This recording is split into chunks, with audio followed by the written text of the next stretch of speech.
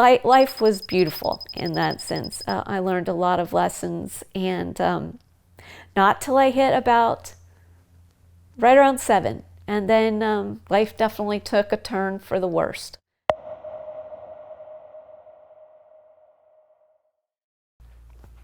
It's a very deep question. I think we're put here for a very specific purpose. And it may take our entire life to even find out what that purpose is. I believe very much in Jesus Christ, and He's got a very purposeful plan for each and every person. And life is hard. It's going to be harder for some than others, in my opinion, but we all have our own battles that we have to deal with. So who's to say one person's battle isn't as hard for them as it is, our battles for us. Life can be good. It can be what you make of it in a lot of instances, and it's how hard you want to fight for what you want. I belong to a lot of the epilepsy groups, and I get to see a lot about what those people go through and how they look at life. And we have to be strong, wake up every morning and be thankful we're here.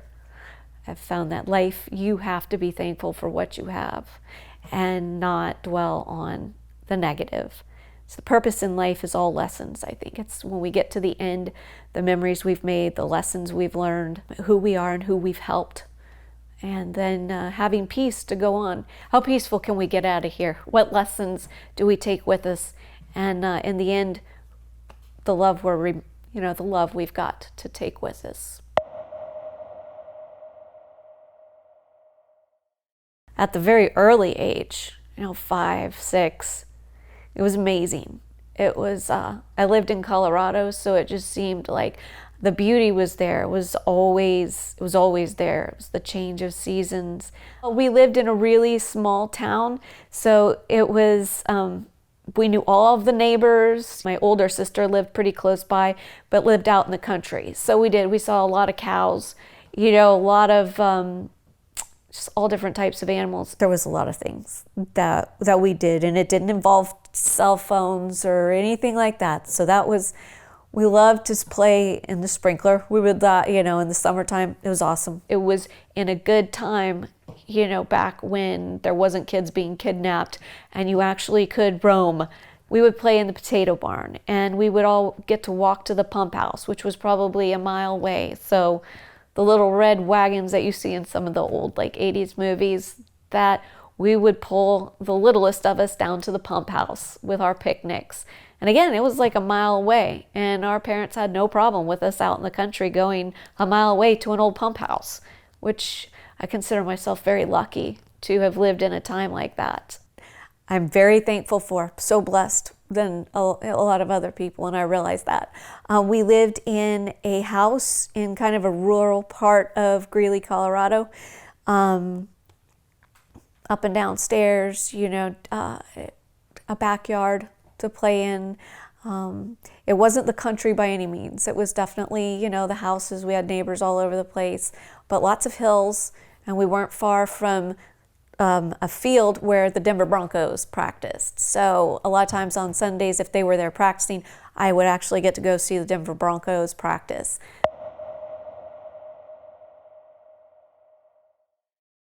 We have a large family, but there was so much age difference between us. I feel it was just like me, for the most part, it was me, my little sister, and my mom and dad.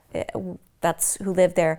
My mom and dad both had first marriages before this one, to where my mom had 4 kids from her first marriage, dad had 2 from his. The youngest from either of those marriages was about 15 years older than me.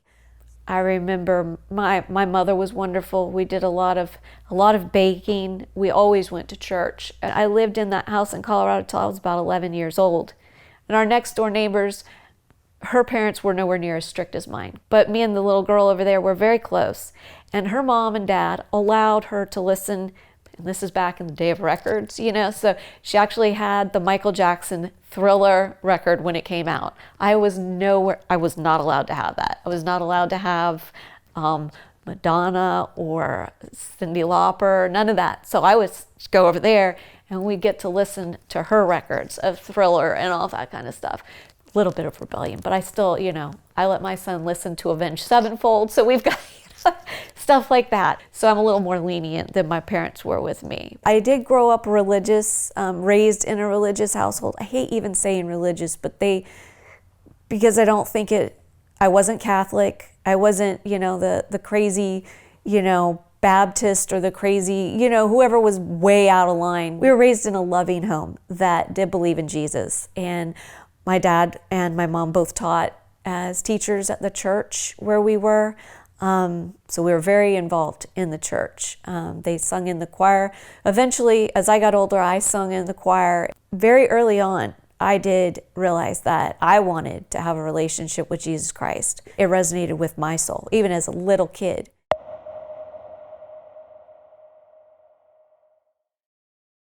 We were in the era when Disney was coming out with Cinderella and Snow White, and I think we can do our girls a great injustice if we make them think that that is a reality. I hope there's still good men out there. I know there's still good men out there. But to make your daughters even think that for a minute Cinderella is and maybe I'm jaded, but Cinderella, growing up with mice and having to sew, clothes, that's a reality more so than finding Prince Charming in my book. Maybe I'm missing it. Then also my mom and dad had an awesome relationship that I kind of was raised in that home, made me think that that's how all relationships were, that was how all men were. My dad was fantastic. I very rarely saw him get mad. I very rarely saw him talk down to my mother. I mean, he took out the garbage. So I still had some of that era when gentlemen were gentlemen and they took care of their wives. And we had a very, leave it to beaver family, as some of my friends called it. 'Cause they would come in and mom was making cookies.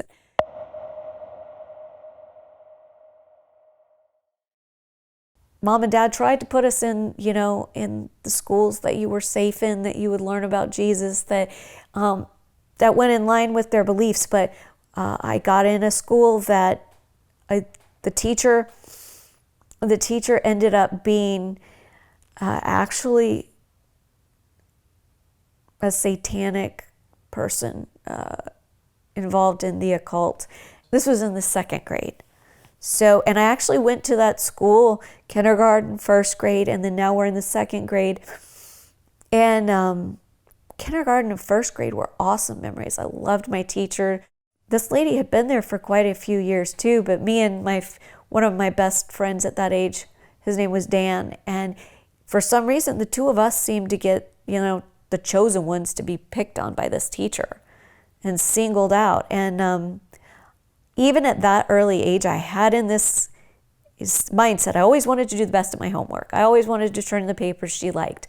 And she didn't. She would throw mine away. She'd come by my desk and, everybody else was given, good job, well done. And she'd come by mine and just make a face. Oh, okay. Walk on by. And anything I did was just not good for this woman. And eventually she started calling me back to her desk and getting on to me for things that I don't remember even happening. But I remember it being at her back of her desk, and she had even the short nails now that you think, oh, that doesn't hurt. It does. They can dig those little things in and it'll hurt. And I remember that, she would grab me by the arm and just threaten all kinds of stuff. And finally, I just couldn't take it anymore. I told my mom. She knew something was going on because she got calls from the teacher. And she was very upset. She was going to go in and talk to this teacher. And I just begged her. I said, don't do that. I think it's going to make it worse. She said not to tell. Well, my mom went in and she talked to this teacher, and the teacher assured her that it was just me, and she would try and talk softer to me, and she'd try and encourage me more. And my mom, stood at the door. I could see her, but the teacher didn't still see her there. But eventually she had to leave me. And so the teacher did call me back, and I got told I better never tell again, because I would suffer the consequences. She would kill me, is what I basically remember it coming down to. It amazes me that she still she still asked me over to her house, but it was again to do the damage that she would inflict on me pretty much for the rest of my life until I realized, and hit it head on as to what had happened. But her little daughter was in the same grade I was in. So I went over there to play with her. So my mom thought, nothing of it, even after we had to deal with the stuff in school. There was a room, because in Colorado, it was normal. We had like 3 levels to the houses. So hers was a double level, I believe. And we would go, she told me to come down there. And we went down there, and there was at least 5 or 6 people, and it sounds like it would be straight out of a movie, but that is the way it was. We had the different candles. There was the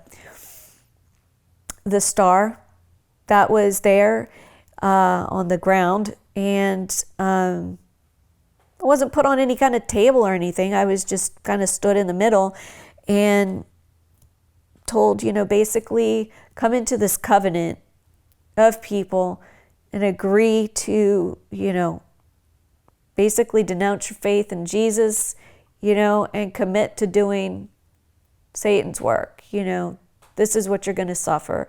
I was told I was never going to be healthy, never going to have any money, and never going to be happy, and no one was going to love me if I did not do what she was asking me to do. And I still said no. Nope. I do believe in Jesus, and I have seen Jesus. I'm not going to do what you're asking me to do. Around that time with her, I started experiencing the absence seizures, which I really think could have, stemmed from that. And it seemed to progress then in the 3rd grade. I started really not feeling good. Nobody could tell why. Went to all these doctors, one doctor after another, with stomach aches. I started losing weight. Ended up in the hospital because of the pain, just this excruciating pain in my stomach. And ended up in bed. And it acted like a flu that wouldn't go away. Sometimes I'd, throw up. But generally, again, we went to the doctor. They give me medicine. And nobody was looking past that. So I end up in the hospital, and I don't understand why, even back then, that we did not have better diagnostic tests. But I was, I had lots of blood work and couldn't find it. So my mom was basically told, get a psychiatrist. She's like, no, this is not it. She is not crazy. She's in the 3rd grade. There's no way, that this child's crazy. It was a matter of time before I was sick again. And I passed out, and my mom took me to our chiropractor. When he did an x-ray, simple x-ray, my entire intestines pretty much were blocked by waste. And he said, okay, you need to thoroughly clean her out. Apple juice, yes, unfortunately, week long of enemas and laxatives. And that is what I started. Now I was on the way up. I stopped getting sick. I started being able to eat again. That was in the 3rd grade, but it had caused me to miss so much school. I did 4th grade twice because I was kind of in the middle there. And then I ended up catching enough to where they let me skip the 5th grade. And now we were in Waycross, Georgia, because during that time I had been sick. That was like our last year. That last year of being sick, I then ended up, we were going to leave Colorado and move to Georgia. I moved to Georgia at 11, 12-ish, and took me a little while to settle in. I did not want to be there. I had begged and pleaded to just let me be adopted. We think it's that easy. I just wanted to be adopted by the neighbor, so I didn't have to leave Colorado. And then that's the year that I ended up having my first grand mal seizure.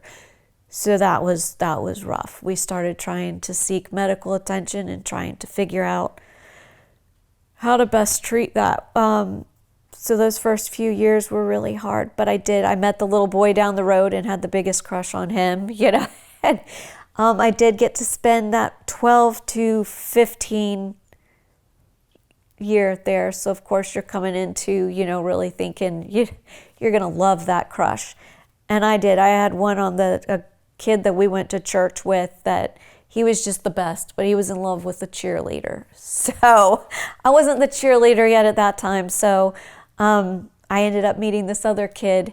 He was a good country boy, And we stayed in touch even when I did leave. I met him right about at 15. First kid I kissed. We ended up staying in touch even when we moved to Florida. He was real supportive too in the fact that I had just started having seizures. So I can remember really being down and him coming over and talking to me. And just, we went to the same church for a little bit.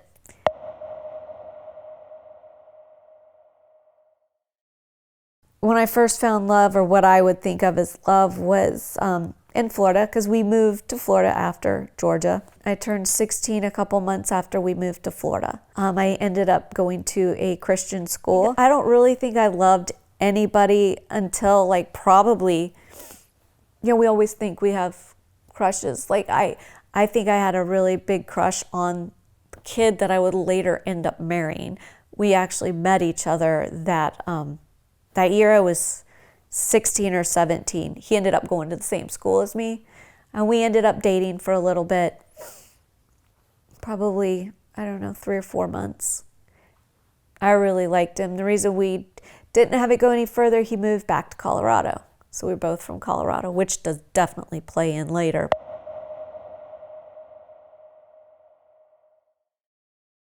It was really weird. You fell for that guy that your dad didn't want you to go out with. I kept my morals. I kept them strong. I had made commitments to God and myself. Like I really thought I wasn't going to have sex before marriage. But this is when I should have started seeing, and again, not all men.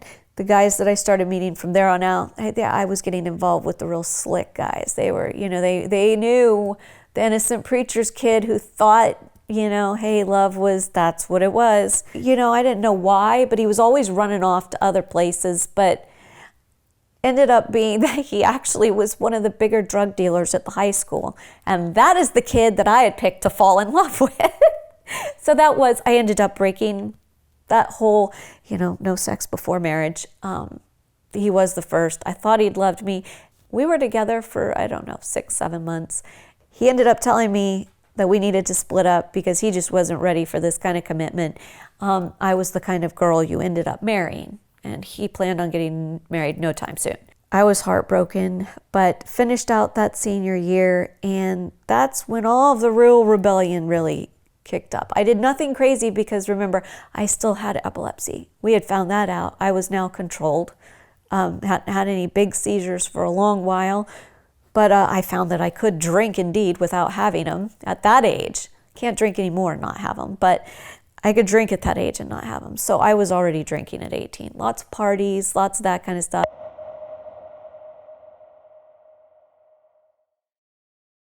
When I graduated high school, I ended up getting into thinking it would be a great idea to make some fast money. So I was a dancer for a little bit.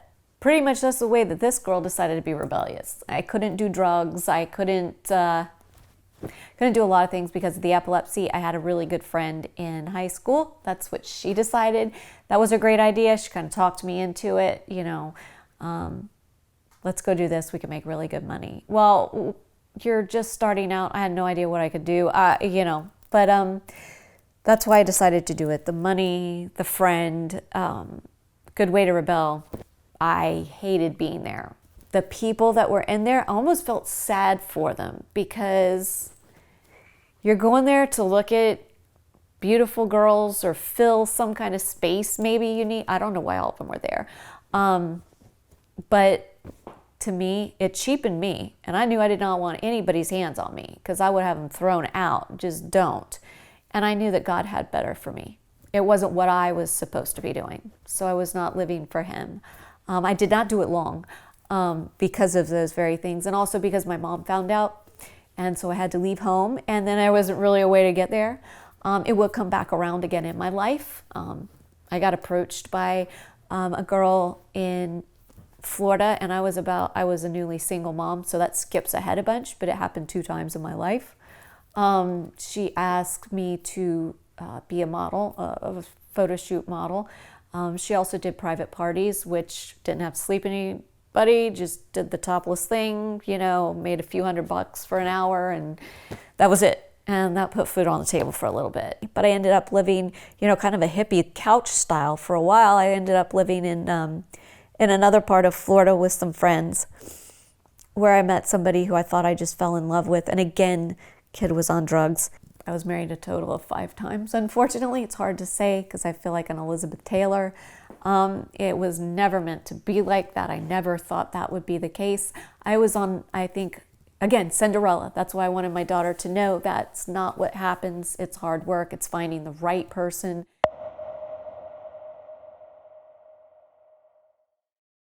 And it didn't last long. So now here at 18, I've had 2 great loves that I've just really considered, I'm 18, I've been dumped twice. I'm getting to be an old maid because I've watched Cinderella, okay? This is where Cinderella really should not have existed. So I had met a guy a few years back when I was 16 that we'd stayed in touch, and he had the biggest crush on me, and he was in a band. And so I ended up meeting up with him again after that love ended, and I was just crushed. But I knew he still was very much into me, so I said, there could be worse fates. I'm going to hang out with this band. And so I had a really fun time there from just even a year, 18 to 19, went all over the place. It was pretty cool for the time, but he also had a very bad temper. But I figured I could make that better. I'll make this work. I don't want to be an old maid. So I took it as it was. I got married to him. And I did not love him. He was nice for a little bit, and he did have a good personality. He was very kind of quiet and jealous. I think jealousy was probably his biggest issue. It didn't matter if I was doing anything or not. And he did not handle alcohol well. So if he thought I'd be doing something and he'd had a drink, it was always a terrible ordeal. So right before I turned 20, we got married, and he had already been physically abusive before we got married. And yet I still thought, well, if we get married, it'll end, it'll get better. It did not. Did not get better. When we were dating, some of it was just grabbing me forcefully. The last time, he grabbed me by the back of the hair and shoved me into a wall, and then dragged me down the hall and shoved me into the bed and was getting ready to hit me, was banging my head against the headboard. The worst was I had just found out I was pregnant, and we had moved into our apartment, and something made him very, very angry. And again, it was, grab me by the hair, shove me around.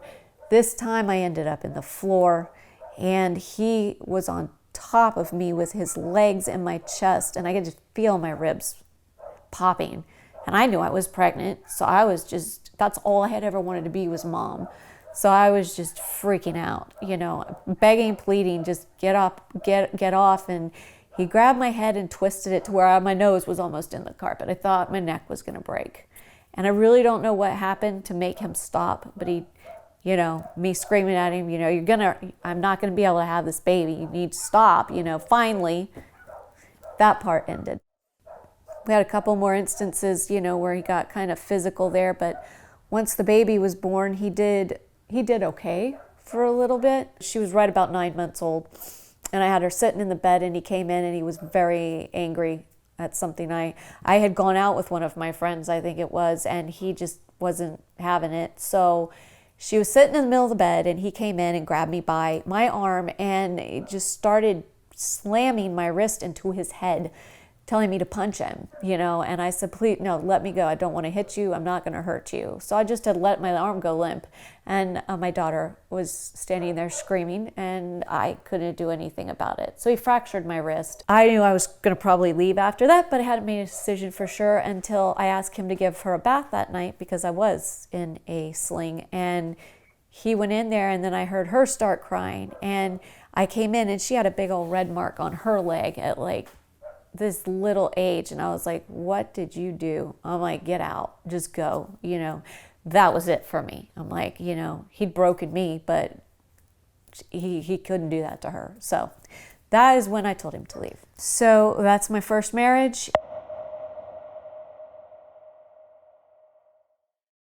The next one happened again. It was like another situation where I thought he was going to save me, but I could save him. We met at a restaurant. I was going through the divorce with Mark. So it was right there as, coming out of that relationship. I was 22 at that time. Yeah, actually I was 23 because he's 4 years younger than me and he was 19, just pretty much graduated from high school. We were literally off and on from that time when I met him in 2000 to 2004 is how long that went on, or 2005 even. We're very off and on. He just couldn't decide what he wanted. And of course, I was trying to hold on because I thought I had found my happily ever after in him. I loved him. I would have done anything, but it also caused problems for my epilepsy because he was always leaving.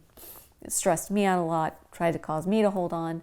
I think that's probably one of the reasons why I ended up getting pregnant with my second child, Jonathan. He was a blessing. Kayla was 4 years, they're 5 years apart. But I got pregnant and he left. And I found out later he was engaged. He actually left, no warning. I had just paid for an apartment for us, everything, because we'd gotten back together. So as I found out I was pregnant, we got back together. We lived in that apartment 2 months. He decided once again he couldn't handle this, epilepsy now, baby, all that. He dropped me off at my mother's in my car and never came back for me. My mom's panicking because my medication was in my car. We finally found out he dropped my car off at the apartment and was not coming back. I didn't see him again until I saw him once during the pregnancy. I didn't see him again until Jonathan was 4 months old, when he decided he wanted to see his son and everything. So we did try and work it out one more time. After that, it did not work.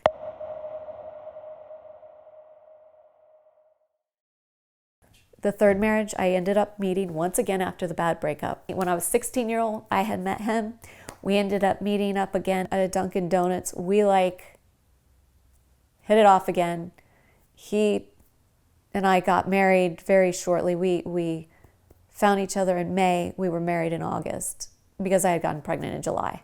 So it moved very quickly and did not give me any time to find out in those years that we had been apart, which was many years, 16 to 26. A lot of time in there for him to lose his mind is basically it. He had me fooled.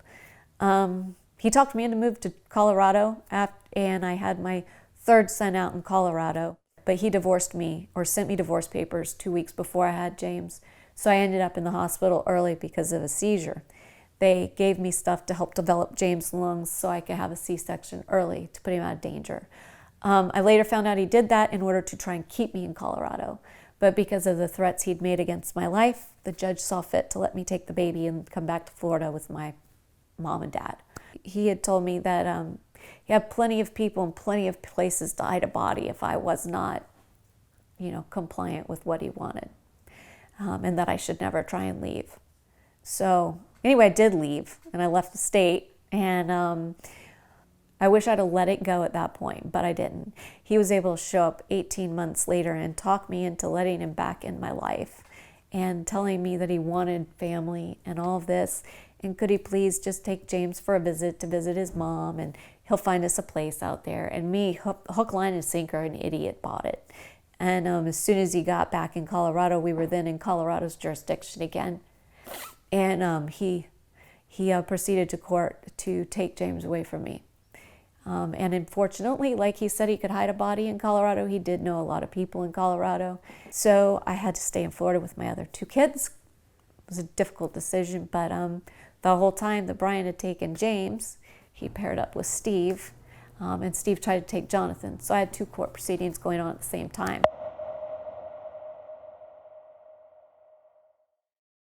Who was one of my very best friends. And again, there to save the day. I met him and did not think at that point in time I loved him, but I married him. And literally never even lived with him. I realized what I had done, and I said, no, I'm not going to make this mistake again. I'm not going to uproot the kids. It ended so quick. Like, I had flown out to where he was, got married, and then I was supposed to fly back when school was over with the kids, and I decided, I don't know what I'm doing. this is crazy. And so years, none of the kids even knew I was married. It was so undercover, so Vegas style.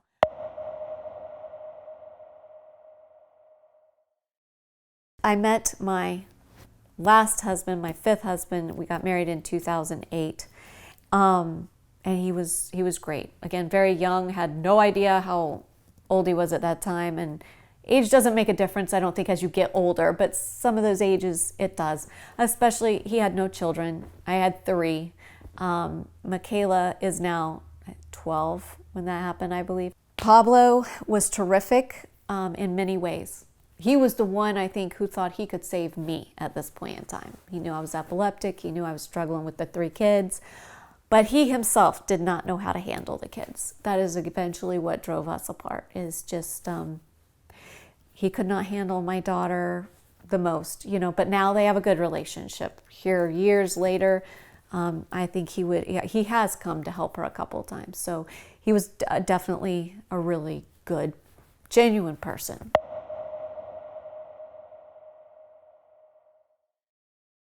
I hope someday I'll get married again. I am the forever hopeful person, I guess. I like to see positive, and I always grew up thinking that, because I'm not a dating type person. I like my routine. I like family. I am not a nightlife person. I get too tired. I don't like playing games, so I'm terrible at dating. So I would like to think I'll get married someday if it's the right person. Because I just don't. Again, I like everything that goes with a marriage and do not like dating.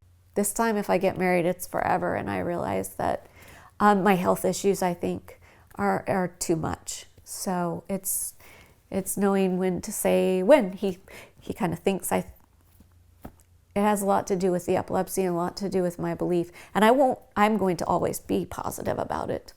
And I don't think that I should give up, because I would like a partner in life. I know God has plans, and I am okay with whatever those plans are.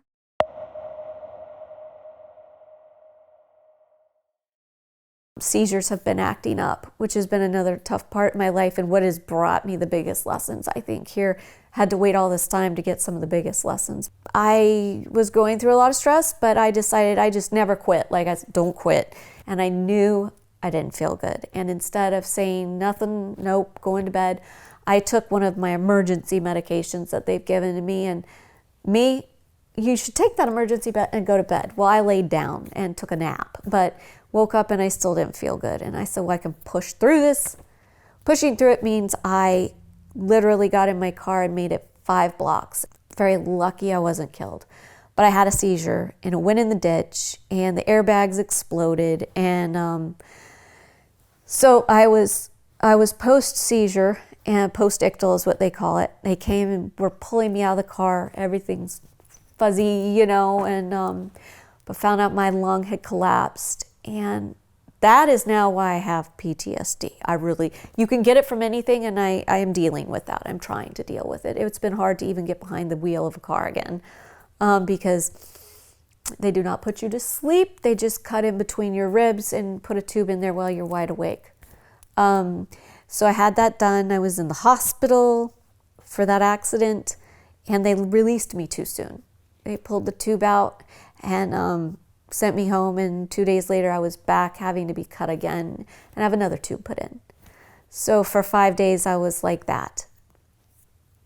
And then came home. My mom kept me for about 2 weeks. I'm very fortunate again. She's always taken care of me. And then 2 weeks, about 2-3 weeks, I was able to come back to my own house. My health problems were just too much. They're hard to handle, but I have to do it.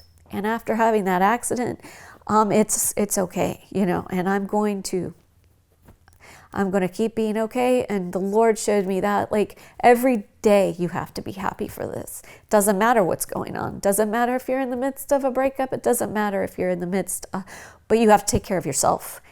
You have to do the responsible thing. And you have to go back to bed if that's what it entails. If it's to help somebody else and you have to cancel something to be there for somebody else, whatever your day is called that He calls you to do, that's where you need to be that day. And being grateful for even being broke or whatever it is. If you're alive and you have somebody who loves you, you are in a good spot. And I think it's grown my kids too. My daughter she's amazing. We all have our issues, but who would have ever thought a 21-year-old kid is worried about, well, if something happens, I got to take care of you, So I've gone from a daughter who, didn't like me very much to one who is very much concerned, that, and I'm a nana, so I've got to be there for these people, and they are the light of my life. So I could not be more blessed after that accident to know that I'm alive and I have someone who calls me Nana and Mom. And so I want to make the difference in people's lives, that all this has shown me to be grateful, even for the epilepsy. So.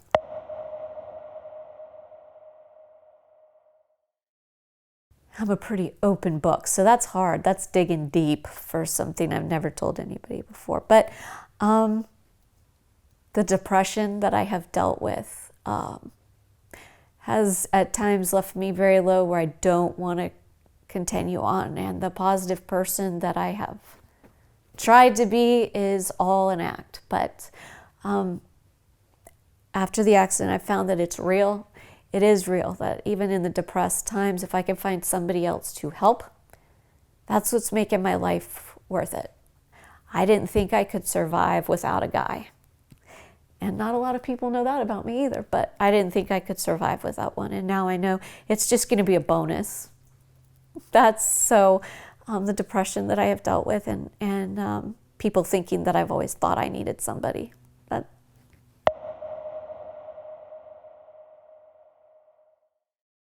Life is about love and our memories. And to me, Jesus Christ is life. I find my strength in him, and find love, you guys, in anything, and even your hard times. You find the love there, and let God have it. Let God have it and have your peace. This is the Eternal Human Project, and I'm fossil number 35.